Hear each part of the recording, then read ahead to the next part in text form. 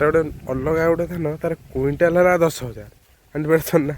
ଗୋଟେ କୁଇଣ୍ଟାଲ 10,000 ଯଦି ଗୋଟେ ମାଣର ଯଦି ଗୋଟେ ମାଣର 20 କୁଇଣ୍ଟାଲ ଭଳିଆ ହେଲା 20 ଗୁଣନ 10,000 ଜାଣିପାରୁଛନ୍ତି ନା। High guys welcome to my new blog. ଥଣ୍ଡା ଟିକେ ହେଇଯାଇଛି ନା କ'ଣ ଦେଖନ୍ତୁ ଗୋଟେ ବୋତଲଟା ଦେଖନ୍ତୁ ନୂଆ ଏବେ ପୁରା ଥିଲା ଆମ ଫ୍ରିଜ୍ ଉପରେ ତାକୁ ତାର ମୂଷା ବିଳ କରିଦେଇଛି ଦେଖିପାରୁଥିବେ। ତାକୁ ସବୁ ତା ଏକୁଗୁଡ଼ା ସବୁ ଜୁସ୍ ଗୁଡ଼ା ସବୁ କାଢ଼ିଦେଇଛି। ଏବେ ପିଆ ଦେବୁ ଥଣ୍ଡା ମାନେ ଫ୍ରିଜ୍ ଉପରେ ଥିଲା କିଛି ହେଇନି। ଦେଖିବା ପିଆ କେମିତି ଲାଗୁଛି ଫାଷ୍ଟ ଟିକେ ଦେଖିନ୍ତୁ ପିଆ।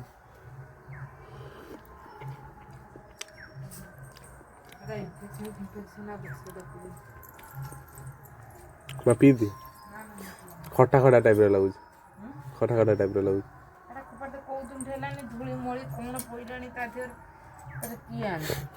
ଦେଖୁନ ଟିକେ ପିଇ ପୁରା ଏତିକି ଅଛି ପୁରା କିଭଳିଆ ଆଉ ଖରାପ ହେଇଛି ନ ହେଇଛି ଜାଣି ହେଉନି ଠିକ୍ ସେ, କିନ୍ତୁ 100 ଟଙ୍କା ଦାମ ତାର 75-80 ଟଙ୍କା ଦାମ ଖରାପ ହେଇଯାଇଛି ବାଧିଲା ଆଉ ଏତିକି। ଲାଇନ୍ ନାହିଁ, ଲାଇନ୍ ଆସିଲେ ବସେଇକି ଦେଖିବା କ'ଣ ହେଉଛି।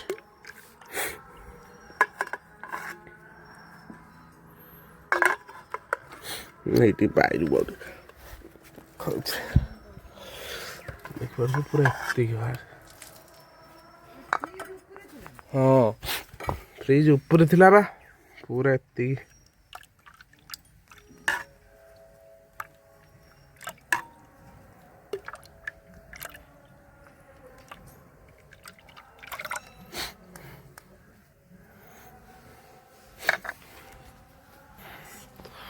କ'ଣ କରିବା, ଖରାପ ହେଇଯାଇଛି ରଖିଦେବା ତାକୁ। ଲାଇନ୍ ଆସୁ ଦେଖିବା, ଲାଇନ୍ ଆସିନେ ଥଣ୍ଡା କରି ପିଆ ଦେଖିବା କେମିତି ଲାଗୁଛି, ତାପରେ ଦେଖିବା ଆଉ ମାନେ ଫୋପଡ଼ା ହବ ଆଉ। ତ ରଖିଥିବା ଲାଇନ୍ ଆସୁ ରଖିଦେବା, ଲାଇନ୍ ଆସିନେ କ'ଣ ଅଛି।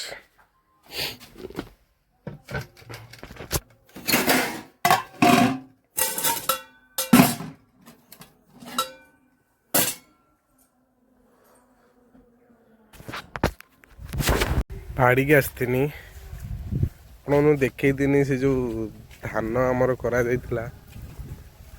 ଏ ଧାନ ଦେଖନ୍ତୁ କେତେ, ଏ ଧାନ କୁଇଣ୍ଟାଲ କେତେ ଟଙ୍କା, 3-4 ହଜାର ଟଙ୍କା ଥିଲା ନା କ'ଣ ମୁଁ ଜାଣିଥିଲି। ସେଟା ଗୋଟେ ଅଲଗା ଗୋଟେ ଧାନ ତାର କୁଇଣ୍ଟାଲ ହେଲା 10,000 ଜାଣିପାରୁଛନ୍ତି ନା। ଗୋଟେ କୁଇଣ୍ଟାଲ 10,000 ଯଦି ଗୋଟେ ମାଣର ଯଦି ଗୋଟେ ମାଣର 20 କୁଇଣ୍ଟାଲ ଭଳିଆ ହେଲା 20 ଗୁଣନ 10,000 ଜାଣିପାରୁଛନ୍ତି ନା। କେତେ ଟଙ୍କା ଖାଲି ହବ ଦେଖାଉଛି ଚାଲନ୍ତୁ। ସେ କେତେ ବଡ଼ ତଳା ହେଲାଣି ଆମର ଦେଖାଉଛି ଚାଲନ୍ତୁ କେମିତି କେତେ ବଡ଼ ତଳା ହେଇଛି। ତଳା ଅବଶ୍ୟ ହେଇଗଲାଣି, ଏପଟର ସବୁ ଧାନ ଫାନ ବି କଟା ସରିଗଲାଣି।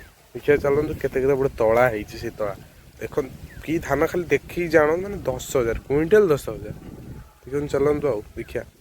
ଏଇଟା ହେଲା ସେଇ ଧାନର ତଳା, ଏଟା ଗୋଟେ ସେଟା ସେ ଅଲଗା ହେଲା ସବୁ। ସେଟା ଗୋଟେ ବଡ଼ ଏଟା ଛୋଟ ସବୁ ଅଲଗା କି ତଳା।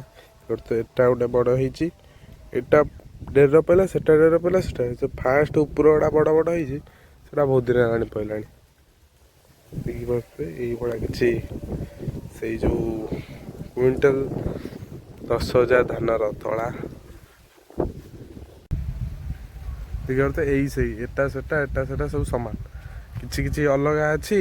ଅଲଗା ଯେଉଁ ଫାଷ୍ଟ ଦେଇଦେବୁ ଉପରେ ପଡ଼ିଥିବ ଉପରେ ହିଡ଼ କତର ହିଡ଼ ସେ ଯେଉଁ ଉପରେ ଭାଗ ହିଡ଼, ସେଇ ହିଡ଼ ପାଖରେ ସେଇ ଧାନ ଗୁଡ଼ା ଅଲଗା ନହେଲେ ସବୁ ସମାନ।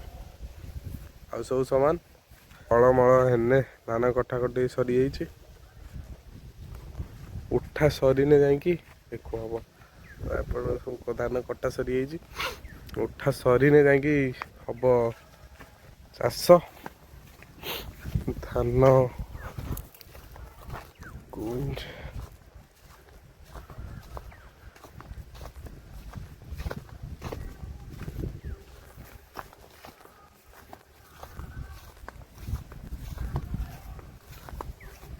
ପୁରା 10,000 ମାନେ ଭାବିପାରନ୍ତୁ ଯାହାର 5-6 ମାଣ ଥିବ, ଭାବ 5 ମାଣ ଗୋଟେ ମାଣର 20 କୁଇଣ୍ଟାଲ, 5 ମାଣ 20 ପଞ୍ଚା 100 କୁଇଣ୍ଟାଲ କେବଳ 100ର 10,000 100ର 10 ଦେଖିବେ ଦେଖିଲେ କେତେ ପଇସା। ଟିକେ କଷ୍ଟ ହବ, କଷ୍ଟ ଯୋଉଭଳିଆ ଧାନ କରନ୍ତି ସେଇଭଳିଆ ଟିକେ କଷ୍ଟ ଲାଗିବ, କିନ୍ତୁ ବହୁତ ପଇସା। ଆପଣମାନେ ଜାଣିଥିବେ ଏ ଧାନ କେଉଁ କ'ଣ ସେ ଧାନ, ମୁଁ ତ ଅବଶ୍ୟ ଜାଣିନି ଠିକ୍ ସେ ଧାନ ବିଷୟରେ, ଏବେ ନୂଆ ନୂଆ ଜାଣୁଛି। ଆପଣ ଜାଣିଥିବେ ଯଦି ଧାନଟା ବିଷୟରେ ନିହାତି କମେଣ୍ଟ ମାଧ୍ୟମରେ କହିବେ। ଆପଣ ଯଦି ଏଇ ଧାନ ଚାଷ କରିବା ପାଇଁ ବି ଚାହୁଁଛନ୍ତି ନିହାତି ଆମକୁ କଣ୍ଟାକ୍ଟ କରିବେ, ଗୋଟେ ନମ୍ବର ଦେଇଦେମି। ନିହାତି ଆପଣଙ୍କୁ କଣ୍ଟାକ୍ଟ କରିବେ, ଦେଖିବା ଆପଣ ସେପଟରେ ଚାଷ କରି ହେବ ଯଦି କରିବା ହେଲା। ଠିକ୍ ଅଛି, କଣ୍ଟାକ୍ଟ କରିବେ।